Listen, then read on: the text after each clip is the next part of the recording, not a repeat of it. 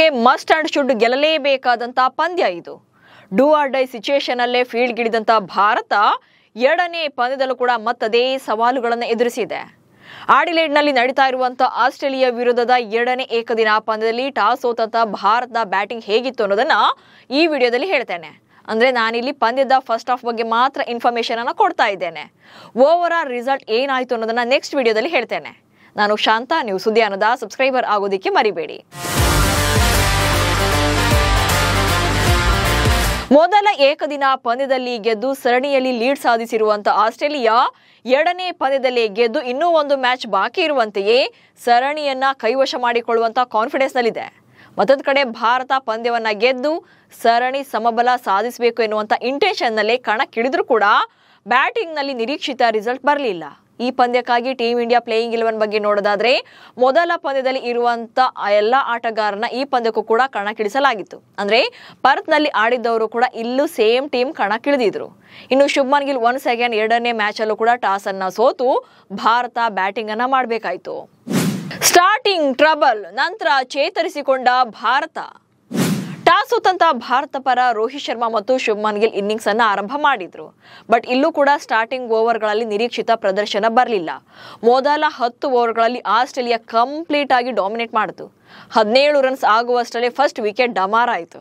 9 run ಗಳಿಸಿದಂತ ನಾಯಕ Shubman Gill wicket ಅನ್ನ ಕಳ್ಕೊಂಡ್ರು. ಇನ್ನು 3ನೇ ಕ್ರಮಾಂಕದಲ್ಲಿ ಬಂದಂತ ವಿರಾಟ್ ಕೊಹ್ಲಿ ಅವರ ಮೇಲೆ ಸಾಕಷ್ಟು ನಿರೀಕ್ಷೆ ಇತ್ತು. ಬಟ್ ಕೊಹ್ಲಿ ಮತ್ತೆ ಡಕ್ಔಟ್. ಇನ್ನು ನೆಕ್ಸ್ಟ್ ಶ್ರೇಯಸ್ ಅಯ್ಯರ್ ಮತ್ತು ರೋಹಿತ್ ಶರ್ಮಾ ನಡುವೆ ಒಂದೊಳ್ಳೆ ಪಾರ್ಟ್ನರ್ಶಿಪ್ ಬಂತು. 3ನೇ ವಿಕೆಟ್ ವೇಳೆಗೆ 135 ರನ್ಗಳನ್ನ ಕಲೆ ಹಾಕಿದ್ರು. ಅದರಲ್ಲೂ ಕೂಡ ಹಿಟ್ ಮ್ಯಾನ್ ರೋಹಿತ್ ಶರ್ಮಾ 97 ಎಸೆತಗಳಲ್ಲಿ 2 ಸಿಕ್ಸರ್ 7 4ಗಳೊಂದಿಗೆ 73 ರನ್ಗಳನ್ನ ಗಳಿಸಿದ್ರು.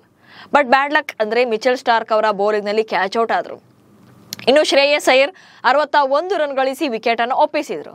ಇನ್ನು KL ರಾಹುಲ್ ಮೇಲೆ ಹೆಚ್ಚಿನ ಹೋಪ್ಸ್ ಇತ್ತಾದ್ರೂ ಕೂಡ 11 ರನ್ ಗಳಿಸಿದಷ್ಟೇ ಸೀಮಿತವಾದ್ರು. ಆಡಮ್ ಜಂಪಾ ಬೌಲಿಂಗ್ ನಲ್ಲಿ ಬಿಗ್ ಹಿಟ್ಗೆ ಕೈ ಹಾಕಿ ಕ್ಲೀನ್ ಬೌಲ್ಡ್ ಆದ್ರು. ಇನ್ನು ಅಕ್ಷರ್ ಪಟೇಲ್ ವಿಕೆಟ್ ಅದು ಸಿಕ್ಕಾಪಟ್ಟೆ ಇಂಪ್ರೆಸಿವ್ ಆಗಿತ್ತು. 44 ರನ್ ಗಳಿಸಿ 6 ಮೂಲಕ ಅರ್ಧ ಶತಕ ಕಂಪ್ಲೀಟ್ ಮಾಡಿಕೊಳ್ಳೋಕೆ ದೊಡ್ಡ ಹೊಡೆತಕ್ಕೆ ಕೈ ಹಾಕಿದ್ರು. ಬಟ್ ಬೌಂಡ್ರಿ ಲೈನ್ ಬಳಿ ಬಾಲ್ ಹಿಡಿದಂತ ಸ್ಟಾರ್ಕ್ ಅನಂತರ ಬಾಲ್ ಮೇಲೆ ಎಸೆದು ಬೌಂಡ್ರಿ ಲೈನ್ ಆಚೆ ಹೋಗಿ ಮತ್ತೆ ವಾಪಸ್ ಬಂದು ಕ್ಯಾಚ್ ಅನ್ನ ಕಂಪ್ಲೀಟ್ ಮಾಡ್ತಾರೆ. ಸೊ ನಿತೀಶ್ ರೆಡ್ಡಿ 8 ರನ್ಗಳಿಗೆ ಔಟ್ ಆದ್ರೆ ಹರ್ಷಿತ್ ರಾಣಾ ಲಾಸ್ಟ್ ಮೂಮೆಂಟ್ ನಲ್ಲಿ ಇಂಪ್ರೆಸಿವ್ ಇನ್ನಿಂಗ್ಸ್ ಅನ್ನ ಆಡ್ತಾರೆ. ಬ್ಯಾಕ್ ಟು ಬ್ಯಾಕ್ 4ಗಳನ್ನ ಸಿಡಿಸಿದ್ರು. ಹಾಗೆ ಹರ್ಷದೀಪ್ ಸಿಂಗ್ ಕೂಡ 4ಗಳನ್ನ ಸಿಡಿಸಿದ್ದು ವಿಶೇಷವಾಗಿತ್ತು. ಹರ್ಷದೀಪ್ 13 ರನ್ ಗಳಿಸಿ ಔಟ್ ಆದ್ರೆ ರಾಣಾ 24 ರನ್ ಗಳಿಸಿ ಅಜೇಯರಾಗಿ ಉಳ್ಕೊಂಡ್ರು. ಇನ್ನು ಭಾರತ 9 ವಿಕೆಟ್ ನಷ್ಟಕ್ಕೆ 264 ರನ್ಗಳನ್ನ ಕಲೆ ಹಾಕಿದೆ. ಸೊ ಆಸ್ಟ್ರೇಲಿಯಾಗೆ 265 ರನ್ಗಳ ಟಾರ್ಗೆಟ್ ಅನ್ನ ನೀಡಿದೆ. ಆಸೀಸ್ ನೆಲದಲ್ಲಿ ದಾಖಲೆ ಬರೆದ ಹಿಟ್ ಮ್ಯಾನ್. ಇನ್ನು ಎರಡನೇ ಪಂದ್ಯದಲ್ಲಿ ರೋಹಿತ್ ಶರ್ಮಾ ಇನ್ನಿಂಗ್ಸ್ ಅಂತೂ ತುಂಬಾನೇ ಸ್ಪೆಷಲ್ ಆಗಿತ್ತು. ಫಸ್ಟ್ ಮ್ಯಾಚ್ ಅಲ್ಲಿ ಸೌಂಡ್ ಮಾಡದೇ ಇದ್ರು ಕೂಡ ಸೆಕೆಂಡ್ ಮ್ಯಾಚ್ ಅಲ್ಲಿ ಶೈನ್ ಆದ್ರು. 73 ರನ್ ಗಳಿಸಿ ತಂಡದ ಪರ ಹೈಯೆಸ್ಟ್ ರನ್ ಸ್ಕೋರರ್ ಆಗೋದ್ರ ಜೊತೆಗೆ ಆಸ್ಟ್ರೇಲಿಯಾ ವಿರುದ್ಧವೇ ಏಕದಿನ ಕ್ರಿಕೆಟ್ ನಲ್ಲಿ 1000ಕ್ಕೂ ಅಧಿಕ ರನ್ಗಳನ್ನ ಕಲೆ ಹಾಕಿದಂತ ಭಾರತದ ಮೊದಲ ಬ್ಯಾಟರ್ ಎನಿಸಿಕೊಂಡ್ರು. ಆಸ್ಟ್ರೇಲಿಯಾದಲ್ಲಿ 21 ಏಕದಿನ ಪಂದ್ಯಗಳನ್ನಾಡಿರುವಂತಹ ರೋಹಿತ್ ಶರ್ಮಾ 4 ಭರ್ಜರಿ ಶತಕ ಹಾಗೆ 3 ಅರ್ಧ ಶತಕಗಳೊಂದಿಗೆ 1033 ರನ್ಗಳನ್ನ ಕಲೆ ಹಾಕಿದ್ದಾರೆ. Virat Kohli back to back duck out. Australia ವಿರುದ್ಧದ ಏಕದಿನ ಸರಣಿಗೂ ಮುನ್ನ ಕಿಂಗ್ ವಿರಾಟ್ ಕೊಹ್ಲಿ ಮೇಲೆ ಸಾಕಷ್ಟು ಹೋಪ್ಸ್ ಇತ್ತು. ಬಟ್ ಸತತ 2 ಪಂದ್ಯಗಳಲ್ಲೂ ಕೂಡ ಕೊಹ್ಲಿ ಡಕ್ಔಟ್ ಆಗಿ ನಿರಾಸೆ ಮೂಡಿಸಿದ್ದಾರೆ. ಅಡಿಲೇಡ್ನ ಓವಲ್ ಮೈದಾನದಲ್ಲಿ ನಡೀತಾ ಇರುವಂತಹ ಪಂದ್ಯದಲ್ಲಿ 3ನೇ ಕ್ರಮಾಂಕದಲ್ಲಿ ಕಣಕ್ಕಿಳಿದಂತ ಕೊಹ್ಲಿ 4 ಬಾಲ್ಗಳನ್ನ ಫೇಸ್ ಮಾಡಿ ಖಾತೆ ತೆರೆಯದೆ ವಿಕೆಟ್ ಅನ್ನು ಒಪ್ಪಿಸಿದ್ರು. ಬಲಗೈ ವೇಗಿ ಸೇವಿಯರ್ ಬಾಟ್ಲೆಡ್ಜ್ ಅವರ ಎಸೆತದಲ್ಲಿ LBW ಬಲೆಗೆ ಬಿದ್ರು. ಇದಕ್ಕೂ ಮುನ್ನ ಪರ್ತ್ನಲ್ಲಿ ನಡೆದಂತ ಮೊದಲ ಏಕದಿನ ಪಂದ್ಯದಲ್ಲಿ ಮಿಚೆಲ್ ಸ್ಟಾರ್ಕ್ ಅವರ ಎಸೆತದಲ್ಲಿ ಶೂನ್ಯಕ್ಕೆ ಔಟ್ ಆಗಿದ್ರು.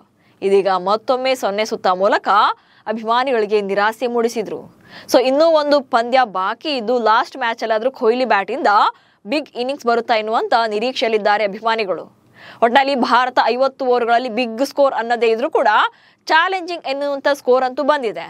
ಬಟ್ ಅದನ್ನ ಹೇಗೆ ಡಿಫೆನ್ಸ್ ಮಾಡಿಕೊಳ್ತಾರೆ ಅನ್ನೋದೇ ಈಗಿರುವಂತಹ ಪ್ರಶ್ನೆ. ನಮಸ್ಕಾರ.